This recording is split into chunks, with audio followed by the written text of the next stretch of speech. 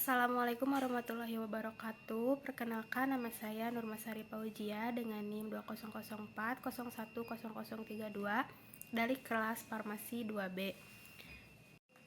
Di sini saya akan mempresentasikan kation golongan 1. Hal-hal yang akan saya jelaskan antara lain yaitu pertama ada perbedaan analisis kualitatif dan analisis kuantitatif. Yang kedua ada teori dasar kimia kualitatif. Yang ketiga ada prinsip analisis pendahuluan kation. Yang keempat ada analisis kation golongan ke-1. Perbedaan kimia kualitatif dan kimia kuantitatif. Yang pertama, untuk kimia kualitatif, ketika suatu analisis dibatasi untuk mengidentifikasi keberadaan satu atau lebih unsur atau senyawa kimia baik organik maupun anorganik. Yang kedua, analisis kualitatif bertujuan untuk menemukan dan mengidentifikasi suatu zat. Jadi, analisis kualitatif berhubungan dengan unsur ion atau senyawa apa yang terdapat dalam sampel. Yang ketiga, zat yang ditetapkan disebut analit atau konstituen yang diinginkan. Untuk kimia kuantitatif, yang pertama, analisis kuantitatif dilakukan untuk menentukan seberapa banyak jumlah suatu unsur atau senyawa dalam cuplikan atau sampel. Yang kedua, analisis kuantitatif bertujuan untuk menentukan jumlah atau banyaknya zat. Jadi, analisis kuantitatif berhubungan dengan berapa banyak suatu zat tertentu yang ada dalam sampel. Yang ketiga, jumlah banyaknya suatu zat tertentu dalam sampel disebut kadar atau konsentrasi. Misal, molar, persen berat, gram per liter, dan ppm. Untuk selanjutnya ada teori dasar kimia kualitatif. Analisis kualitatif merupakan metode analisis kimia yang digunakan untuk mengenali atau mengidentifikasi suatu unsur atau senyawa kimia, anion dan kation, yang terdapat dalam sebuah sampel berdasarkan sifat kimia dan fisikanya.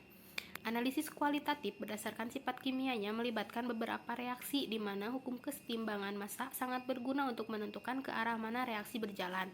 Contoh ada reaksi redoks, reaksi asam basa, kompleks, dan reaksi pengendapan. Sedangkan analisis berdasarkan sifat fisikanya dapat diamati secara organoleptis seperti bau, warna, terbentuknya gelembung gas, atau endapan yang merupakan informasi awal yang berguna untuk analisis selanjutnya.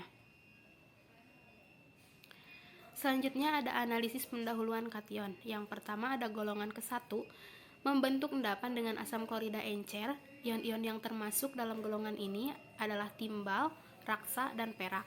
Untuk golongan kedua, membentuk endapan dengan hidrogen sulfida dalam suasana asam mineral encer. Ion-ion yang termasuk dalam golongan ini adalah merkurium, tembaga, kadmium, bismut, stibium, dan timah. Untuk golongan ketiga, membentuk endapan dengan amonium sulfida dalam suasana netral. Kation golongan ini antara lain nikel, besi, kromium, aluminium, seng, mangan, dan kobalt. Untuk golongan keempat, membentuk endapan dengan amonium karbonat dengan adanya amonium klorida dalam suasana netral atau sedikit asam. Untuk golongan kelima disebut juga golongan sisa karena tidak bereaksi dengan reagensia golongan sebelumnya. Ion kation yang termasuk dalam golongan ini antara lain magnesium, natrium, kalium, dan amonium. Selanjutnya ada kation golongan 1. Untuk pemeriksaan pendahuluan meliputi pengamatan organoleptik seperti bentuk, warna, bau. Reaksi nyala untuk pengujian logam dengan cara dibakar pada nyala api oksidasi memberikan warna api yang khas. Uji sifat fisik seperti kelarutan, pH, sublimasi, viskositas, titik didih, dan titik leleh. Kation golongan ini membentuk endapan dengan asam klorida encer.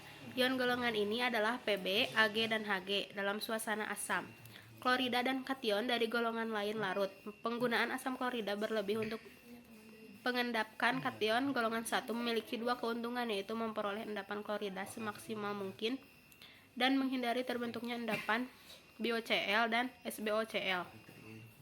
Kelebihan asam klorida yang terlalu banyak dapat menyebabkan AgCl dan PbCl2 larut kembali dalam bentuk kompleks, sedangkan klorida raksa 1 HgCl2 tetap stabil. Selanjutnya ada identifikasi kation golongan 1. Yang pertama ada kation Ag+ atau perak. Reaksi identifikasinya dalam perdagangan terdapat dalam bentuk garam AgNO3. Yang pertama dengan penambahan HCl encer. Terbentuk endapan putih AgCl. Endapan tidak larut dalam air dan asam, tetapi larut dalam larutan amonia membentuk garam kompleks dan jika diasamkan akan mengendap kembali. HgCl juga larut dalam KCN dan Na2S2O3. Yang kedua, dengan penambahan larutan Ki akan berbentuk endapan kuning AgL. Endapan tidak larut dalam amonia pekat, tetapi larut dalam larutan KCN dan larutan tiosulfat.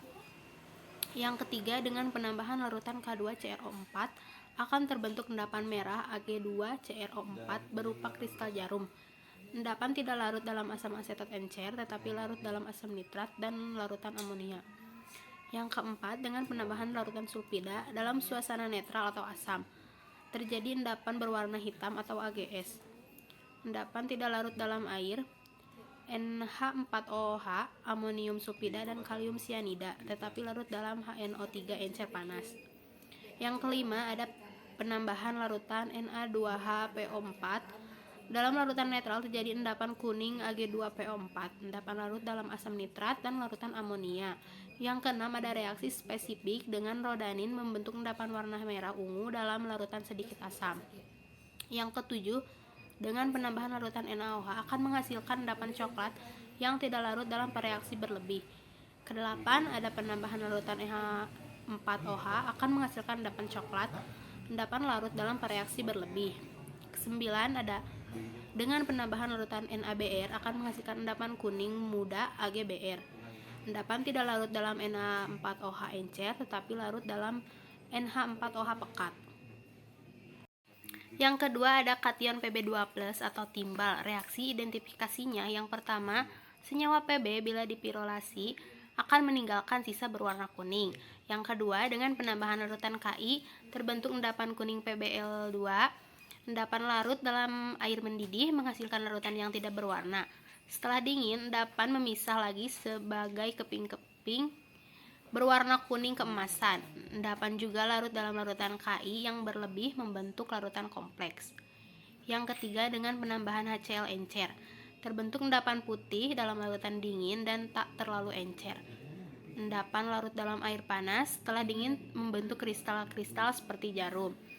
Yang keempat, dengan penambahan H2SO4 encer, terjadi endapan putih PbSO4, tidak larut dalam reaksi berlebih, larut dalam larutan amonia asetat. Yang kelima, dengan penambahan larutan K2CrO4, akan terbentuk endapan kuning PbCrO4, endapan tidak larut dalam asam asetat encer dan amonia, tetapi larut dalam alkali hidroksida dan asam nitrat. Yang keenam, dengan penambahan larutan sulfida, terbentuk endapan hitam PbS, endapan larut dalam asam nitrat panas dan membebaskan sulfur. Yang ketujuh, dengan penambahan larutan NaOH, terbentuk endapan putih atau PbOH2, endapan larut dalam reagensi berlebih membentuk natrium plumbit. Dan kedelapan, dengan penambahan larutan NH4OH akan menghasilkan endapan putih yang tidak larut dalam reaksi berlebih. Yang ketiga, ada kation Hg2+ atau merkuri. Reaksi identifikasinya yang pertama, dengan penambahan larutan sulfida beberapa tetes akan terbentuk endapan putih merkuri klorosulfida. Reaksi yang berlebih berubah menjadi hitam HgS. Merkuri sulfida praktis tidak larut dalam air. HNO3 panas, alkali hidroksida, dan amonium sulfida. Endapan larut dalam larutan aqua regia dan campuran larutan NaOCl dan HCl encer. Yang kedua, dengan penambahan larutan SnCl akan terbentuk endapan putih Hg2Cl2. Jika bereaksi berlebih, endapan berubah menjadi abu-abu sampai hitam karena Hg2Cl2 direduksi menjadi logam merkuri atau Hg. Yang ketiga, dengan penambahan larutan NaOH dalam jumlah sedikit terbentuk endapan merah kecoklatan. Jika jumlahnya berlebih akan menjadi kuning atau HgO. Yang keempat, dengan penambahan larutan amonia akan terbentuk endapan putih amino merkuri klorida. Endapan larut dalam jumlah banyak larutan amonia klorida. Yang kelima, dengan penambahan larutan Ki akan terbentuk endapan merah HgL2. Endapan larut dalam reaksi berlebih membentuk garam kompleks. Yang keenam, dengan reaksi divinyl karbazid akan terbentuk garam kompleks yang berwarna ungu. Caranya, sepotong kertas saring dibasahi dengan 1 tetes larutan divinyl karbazid dan 1 tetes HNO3, lalu kertas dibiarkan. Mungkin dicukupkan sekian dari saya. Mohon maaf apabila ada kesalahan. Sekian dan terima kasih. Wassalamualaikum warahmatullahi wabarakatuh.